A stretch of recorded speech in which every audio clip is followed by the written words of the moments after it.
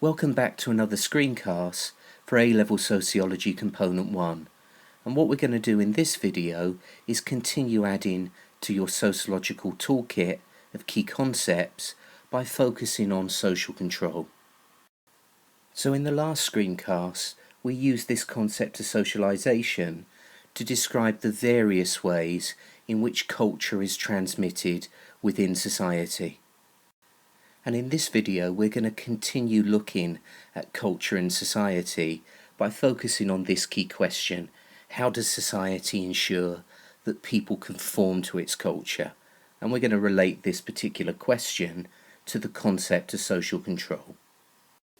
As usual, it's really important to watch these videos as actively as possible, and that means making lots of notes. So the first thing that you must jot down is a definition of this idea called social control. And here's a definition. So social control describes the processes by which society ensures that people conform to its culture and the mechanisms by which it deals with deviance. In other words, social control is about how we're taught to stick to the rules that apply in our particular culture, and it describes the pressures placed either directly or indirectly on people to conform to the norms, values and social practices of their society. So social control is essentially about the maintenance of social order in society and about the various ways in which society deals with deviance. Okay, deviant behaviour is behaviour that departs from the dominant norms and values of the culture. And we can identify two forms of social control in society. Firstly, there's what we call formal social control, and this is the official means of dealing with deviant behaviour.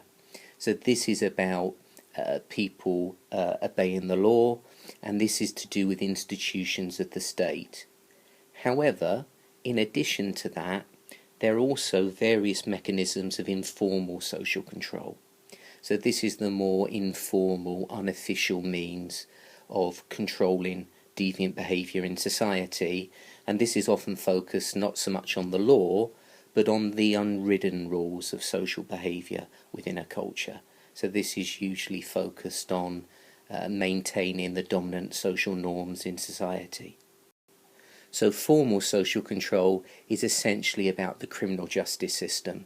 So the main agencies of formal social control within our society are obviously things like the police, the security services, the court system and the judiciary.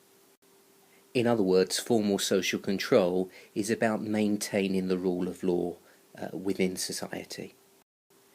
Informal social control, or in other words, the pressure that society puts on people to abide by social norms, is a function that is carried out by all of the different agencies of socialization that we highlighted in the last screencast. So one really important agency of socialization in our society that has an unofficial role in the maintenance of social order is, of course, the mass media. For example, a sociologist called Stanley Cohen famously analysed the media response to bank holiday violence in Clacton on an Easter bank holiday weekend in 1964, involving two groups of youths, the mods and the rockers.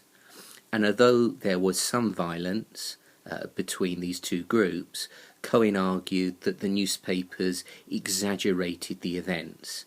The media drew everybody's attention to these particular events and called out for greater punishment for the young people involved in this type of violence.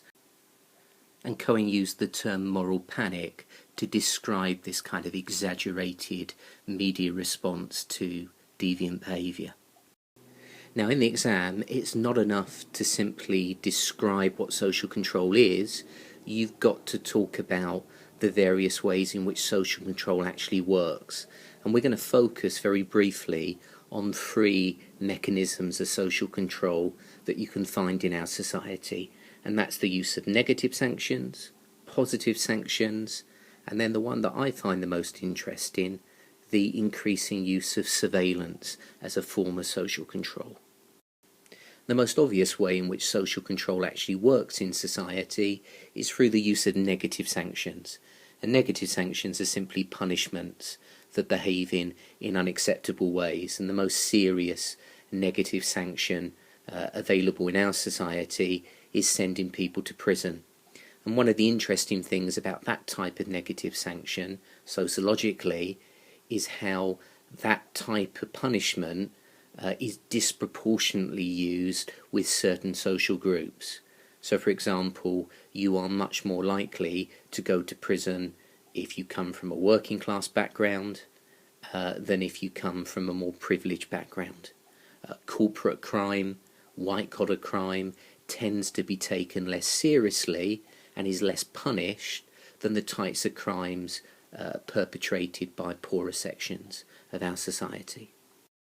And then perhaps a more subtle way in which social control works within society and within particular social institutions is through the use of positive sanctions. So this is the opposite of a negative sanction. We're not talking about a punishment, we're talking about various types of rewards for behaving in ways that are deemed to be socially acceptable. So for example, if we were to look at most schools alongside punishing students that don't abide by the school rules, they will also find ways of rewarding students for their good behaviour or their good academic performance. Okay, we've nearly finished, but the third mechanism of social control that I want to focus on is one that I think is very relevant to lots of things going on in the news at the moment, and that's the idea of surveillance as a form of social control. And the name of a sociologist who wrote heavily on surveillance as a form of social control within contemporary societies was the French social thinker Michel Foucault. And Michel Foucault compared modern society with a prison. And the prison that he was thinking about was this particular type of prison, a prison designed by Jeremy Bentham called the Panopticon. And in this prison design, it's possible for a single guard placed in a central area to easily observe a large number of prisoners who in turn are unable to predict whether they are in fact being watched in any given moment.